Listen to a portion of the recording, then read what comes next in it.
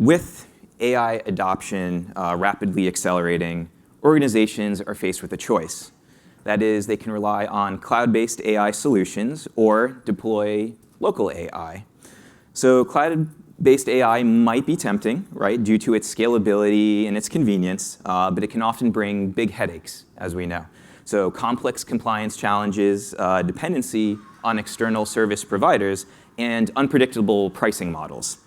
So to show us a better way, we're orchestrating on-prem AI with Camunda, enables greater flexibility, customization, and control. Please help me welcome Thomas Gütt to the stage. Welcome, Thomas. Thank you. I hope yeah, awesome, my mic is working. Yeah, so to be honest, I had not a lot of time to come up with this talk, but luckily I had something in my back pocket because I'm very interested in local AI. I'm just fascinated by it. It's pretty cool. And I tried it out to integrate it actually back with the 8.7 version of Camunda. So it's going to be a mixture because just yesterday at the airport when I was flying off to New York, I came across a really cool new tool.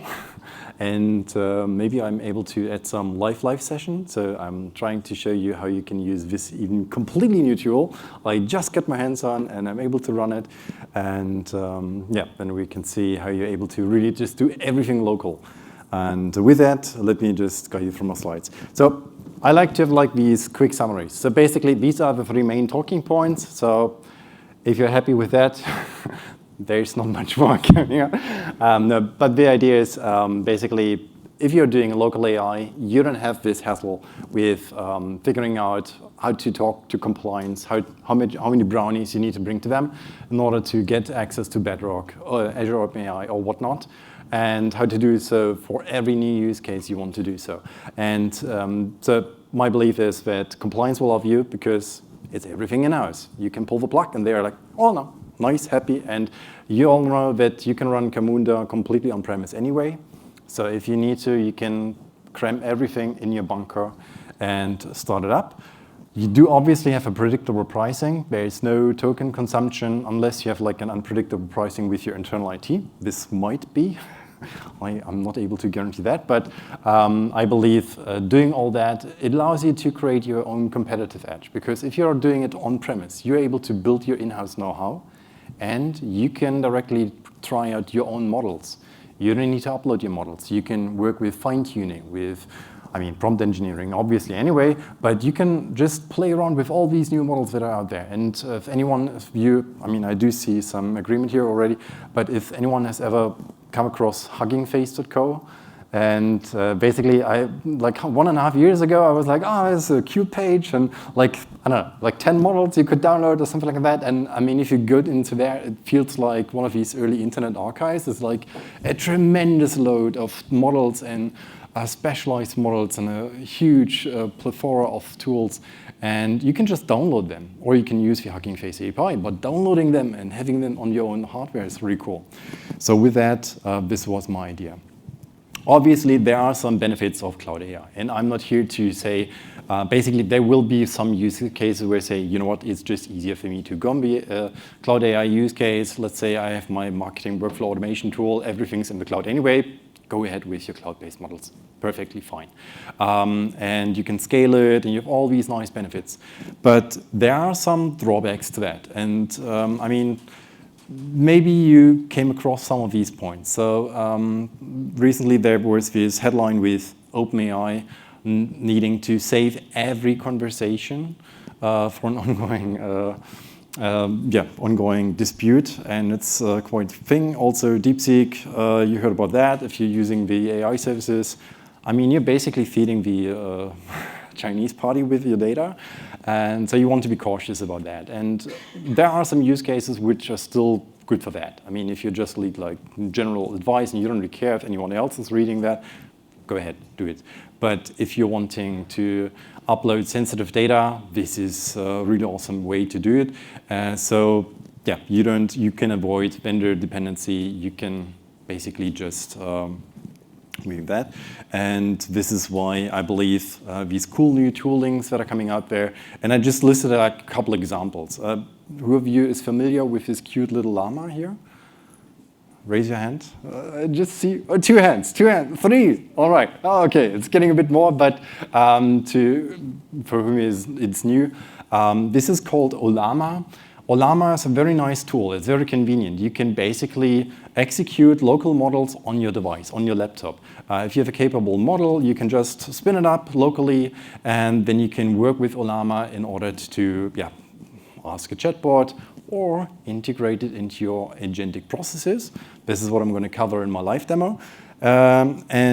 Using these on-prem models or on-device models really allows you to throw all your data in there, because at the end of the day, you just know that it's on there. And you can confirm it because you can switch off Wi-Fi and you're offline and you see that it's still responding. It does take a bit longer than Bedrock, but I mean, it's on device and really cool. So the thing is, how does Camunda come in there? And this is where, Camunda actually already has all the necessary infrastructure. You heard a lot about orchestration and how to connect these things. And Camunda underneath built a lot of really useful tools that make it very easy to integrate with any sort of endpoint. And these endpoints can also be on-prem LLM or on-prem anything. I mean, you can basically just connect any kind of API, any kind of service, anything directly with Camunda. This is what I did. So earlier this year, I was really eager. I wanted to have Ollama within my recently released ad hoc subprocess, orchestrating the whole thing. And this is what I did. I created my own custom little connector. I connected the API and said, oh, no, it's working nice. And I was able to eagerly travel offsite to a customer meeting and was able to showcase them, hey, you can do everything on-prem already. And this is what I would like to show you today. So obviously it is very developer friendly. Maybe I really didn't introduce myself. So I'm a sales engineer. One aspect of my career you already noticed, I like to talk.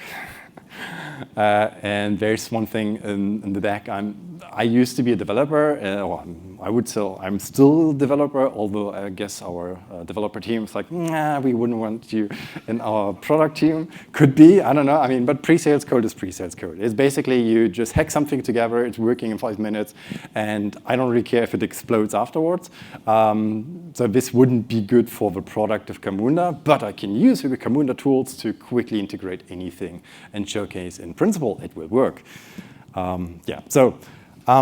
did let, in full honesty, AI create this nice little timeline. How you can do it, I don't know. Basically, there are still some aspects in here that I really believe in. So having on-prem AI and just touching it, feeling it, it allows you to get into context. How does it feel? How does 5,000 token consumption actually feel once you're doing it on your own hardware? Because basically, if you're using cloud-based AI services, it's very abstract. It's just numbers floating around, and it's actually quite quick, but you don't really know how many servers you're using. And they're like, yeah, we charge you this amount. And you're like, all right. And if you're doing it on premise, you get a very close feel. Basically, I will know when my laptop is kind of burning up, and like, okay, something I did was kind of wrong, because it's currently trying to burn a hole in my table. But I get this immediate feedback, and this is very nice. And also, I do feel I'm building up my own competence. I understand how these models are working. I'm able to build up my own journey in working with these new toolings. I mean, yes, there's obviously an AI hype, an agents hype, and whatnot. I believe that not everything will be, or not every model will be the magic silver bullet to solve everything. But it's obviously clear that using these agents in like specialized areas will unlock a lot of value, and this is here to stay. So there's no collapse of the hype. I believe there's a lot of substance building underneath which we can use right now, and having this competence to work in these areas is very important to that. The use case I brought to you with is basically a use case that was introduced to me at the last CamundaCon in Amsterdam. A customer came up to me and said, yeah, you know, all these cool things, very nice. could you build a solution that helps me understand what a customer wants from me? So they are faced with a solution that sometimes even handwritten letters are delivered to them, and they receive these letters, and like, yeah, still get these letters. And here I brought like an example letter. Obviously, it's not a real one, but within this letter, it's handwritten. I have basically a couple of intents. So yeah, I wanted to inform you that I'm married and I changed my address. And by the way, could you send me an offer to your life insurance thing? So very compact and everything in there. And having this in deterministic process orchestration is like, how do you handle it? It's like you would have like 3 cases to open up here right now. And using AI agents, you can just throw it in there and let it figure it out. And this is the part where I'd like to show it to you live. And for that, I want to show you that live actually means turning off Wi-Fi. And yeah, as you can see, so my browser is complaining I'm completely offline. So everything is now running on my device. In order to show it to you, I have this process in here. I'm using the local host, so it's running on my machine. I don't know, I'm using a non-production license. You can do it to play around with it. And in here I created my, let me zoom in a bit, my custom little Olama connector, which is communicating with my local host in order to make sense of what I'm trying to achieve here. And with that, I guess let's just have a look at it, how it's performing. I'm going to switch to task list. Oh, here we go. And let me start my process, upload this document, and here we go. Just a small little picture. I'm uploading it. And the good thing is Camunda already comes with native document handling, so you can just throw it in there. I will download the whole thing, throw it into my local model, and we can follow the progress. Here I did a short demo for it. And we can now follow along what's going on. And in order to do so, I have this nice monitoring tool, which allows me to, sorry, it's in German. It's, yeah, this is a German laptop, but what it's stating down here is basically how much of my graphics card it's using. It's up here as well in kind of shortened version. And yeah, so it's now trying to burn a small hole in this pod, using my graphics card in order to execute this LLM completely offline on my machine. And as you can see, this is, I mean, it's a good developer machine, but it's like a developer machine. I don't have like these fancy hardware. You can use it with several of these models directly on your devices already, and it's already finished. So it figured out that, hey, it needs to send an offer, and it extracted the address. I didn't provide any other thing for name changing, so it couldn't choose any one of those actions. But let's have a look into task list. It's asking me to review what it did so let's switch back. And here we go. It correctly extracted the address up here. Just to check it out, I provided the original document. And now I can assign this task to me and say, yes, you know what, confirm this task. And we are good to go. And with that, the process is complete, and now it's asking me to review actions taken. So yeah, I'm like I mentioned, I really like to touch with things. I want to figure out what's going on. And in here, I did provide a kind of like the model summary. So this is the small Mistral model I used here, and a reasoning of my. Let me just. Sorry, I'm a bit. What's called nervous. But yeah, I did ask it to provide reasoning as well.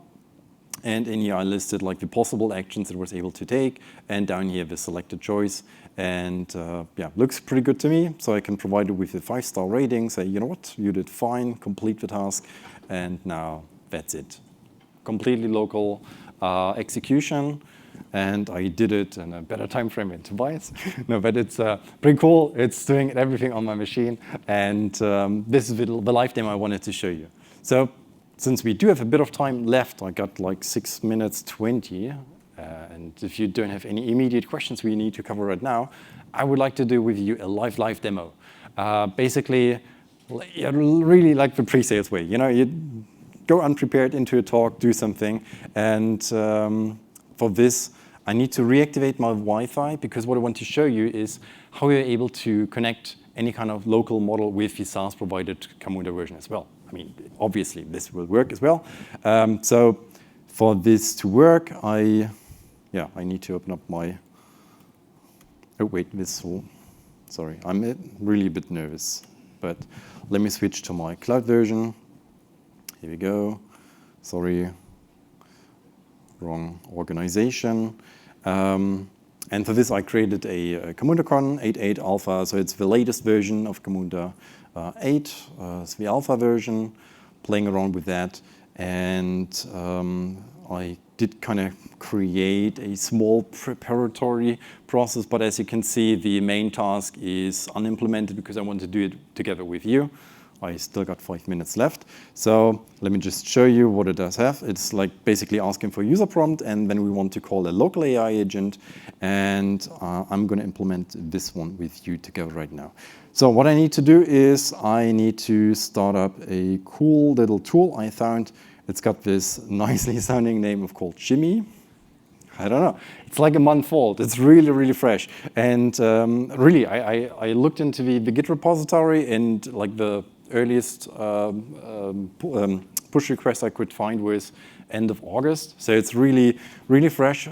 And it does a cool thing. It allows you to do an OpenAI compatible invocation of your local model.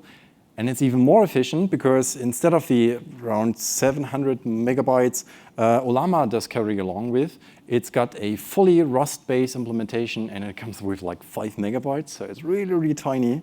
So in theory, it should be a lot more efficient to do local AI inference with Camunda and Shimmy. And as you can see, it spawned the whole thing up with port 11.438. So let me spin up an ngrok connection to that.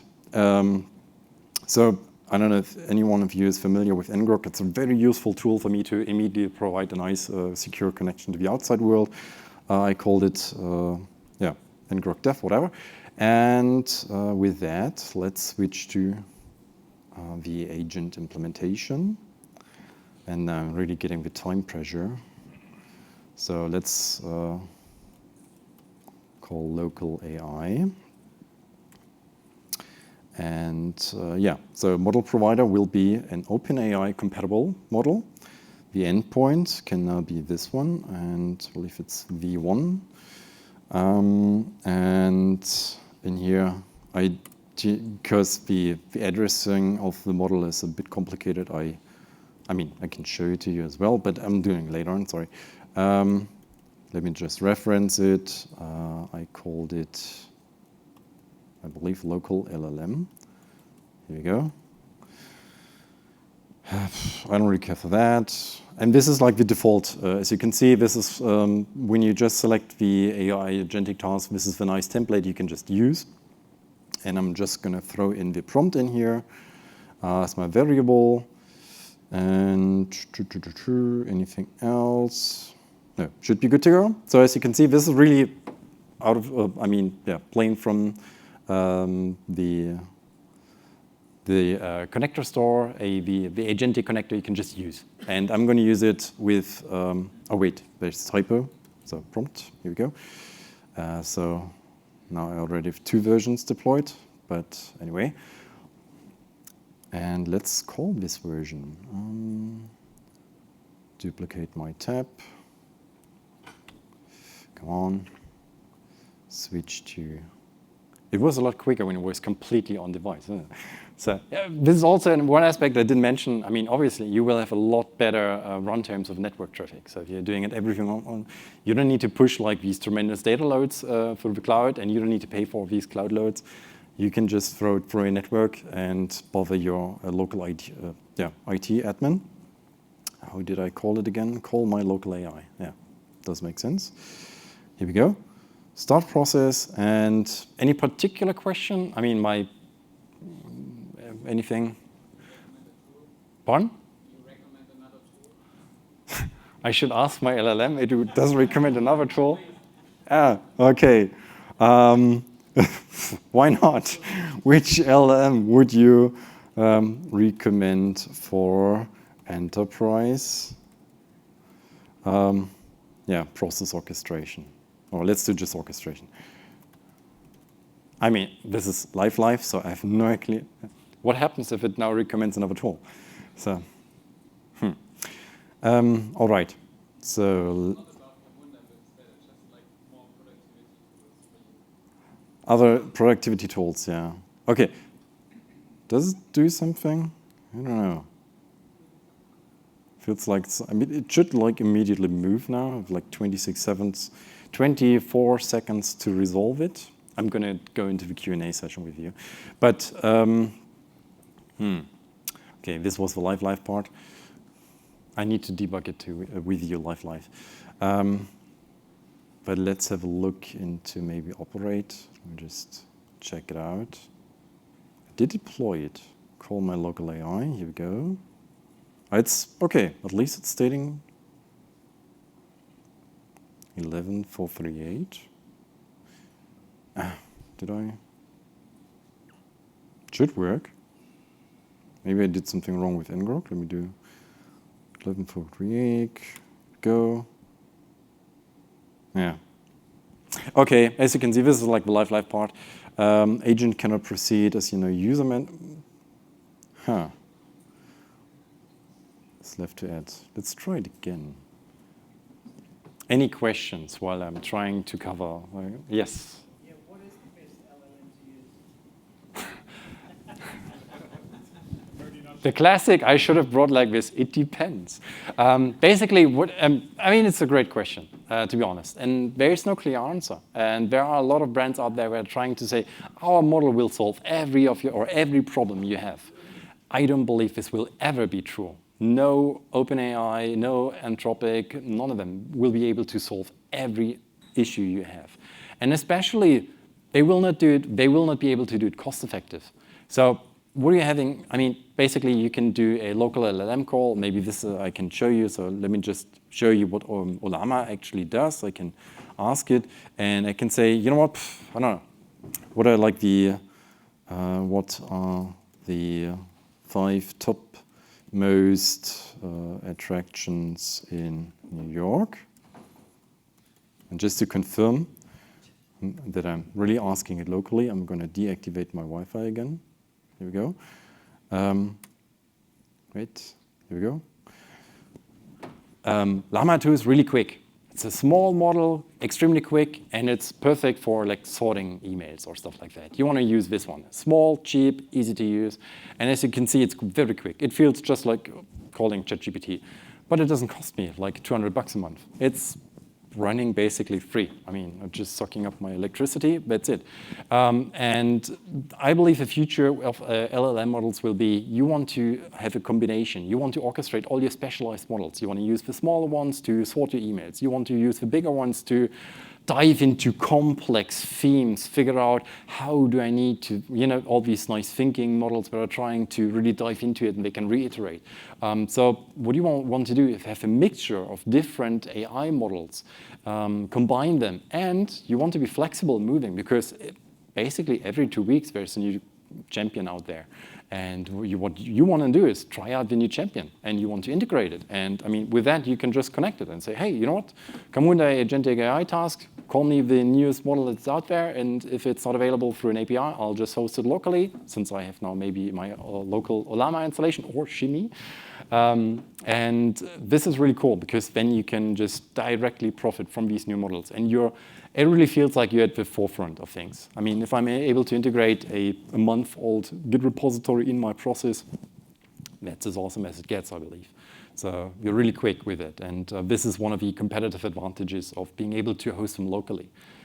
I mean, what would be the reverse be if I were to say, hey, I would like to play around with this newest model that just came around the corner, and compliance like ask IT, and ask IT, or IT is like 3 months later, hey, we can respond to your ticket. And what do you want? Yeah, I'd like to have like a beefy machine, and I want to host this new model. And it's like, oh, we need to investigate if we can host it for you. And basically, a year down the line, you're able to get your first hands on this new model.